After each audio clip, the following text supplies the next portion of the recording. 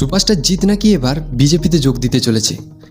এই কথাটা তুমি কোথাও না কোথাও হয়তো শুনে থাকবে। কিছুদিন আগে বিজেপি সরকারের শপথ গ্রহণ অনুষ্ঠানে জিৎকে দেখা গিয়েছে, আর সেখান থেকেই প্রশ্ন শুরু।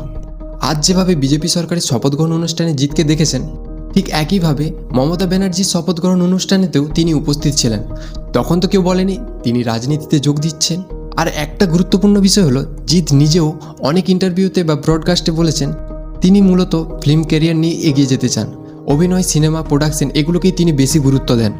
আবার তাকে অনেক ব্রডকাস্টে গিয়ে কোশ্চেনও করেছেন তিনি কবে রাজনীতিতে আসবেন।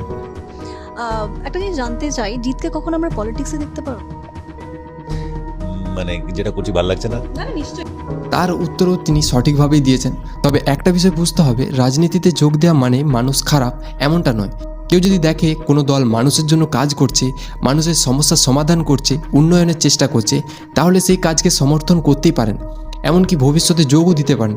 গণতন্ত্রের প্রতিটি মানুষেরই নিজের মতন ডিসিশন নেওয়ার অধিকার আছে। তো শুধুমাত্র একটা অনুষ্ঠানে যাওয়া বা কাউকে শুভেচ্ছা জানানো মানেই যে তিনি রাজনীতিতে যোগ দিয়ে ফেলেছেন, এমন সিদ্ধান্তে পৌঁছে যাওয়াটা ঠিক না। আপনার কি মনে হয়, সত্যি কি এবার সুপারস্টার জিৎ বিজেপিতে যোগ দিতে চলেছেন? আপনার মূল্যবান মতামতটি কমেন্টে জানান।